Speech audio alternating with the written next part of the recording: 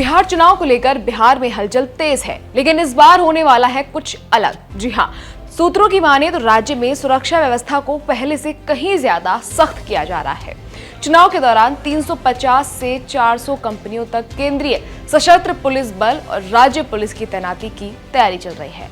लेकिन सवाल ये है कि आखिर इतनी भारी फोर्स को बुलाया क्यों जा रहा है। चलिए जानते हैं पूरी खबर। दरअसल बिहार में होने वाले आगामी विधानसभा चुनाव को शांतिपूर्ण और न्यूट्रल तरीके से पूरा कराने के लिए केंद्र सरकार और निर्वाचन आयोग ने सुरक्षा व्यवस्था को लेकर बड़ी तैयारी शुरू कर दी है।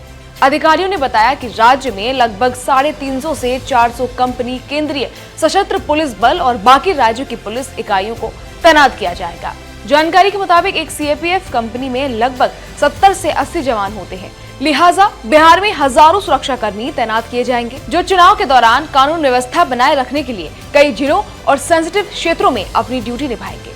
अधिकारियों ने कहा कि इन बलों में वे इकाइयां भी शामिल होंगी जो सामान्य वक्त में अंतर्राष्ट्रीय सीमाओं की सुरक्षा करती है।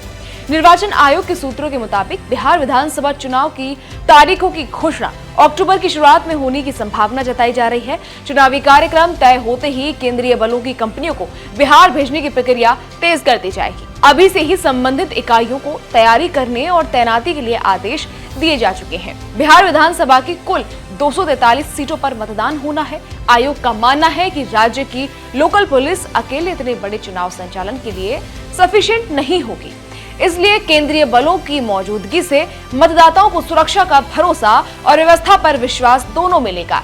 साथ ही विशेषज्ञों का मानना है कि बिहार जैसे बड़े और राजनीतिक रूप से संवेदनशील राज्य में हर चुनाव के दौरान हिंसा या गड़बड़ी की आशंका बनी रहती है।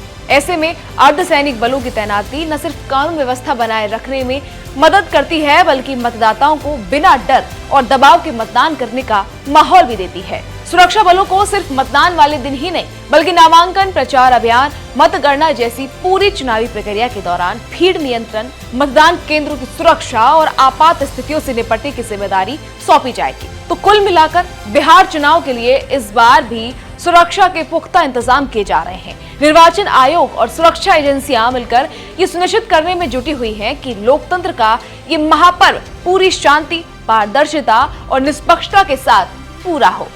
तो देखना ये होगा कि आने वाले दिनों में बिहार में राजनीतिक माहौल कैसा बनता है और ये सुरक्षा इंतजाम किस हद तक असर दिखाते हैं। फिलहाल के लिए इतना ही। ऐसी ही तमाम अपडेट्स के लिए देखते रहिए एबीपी लाइव।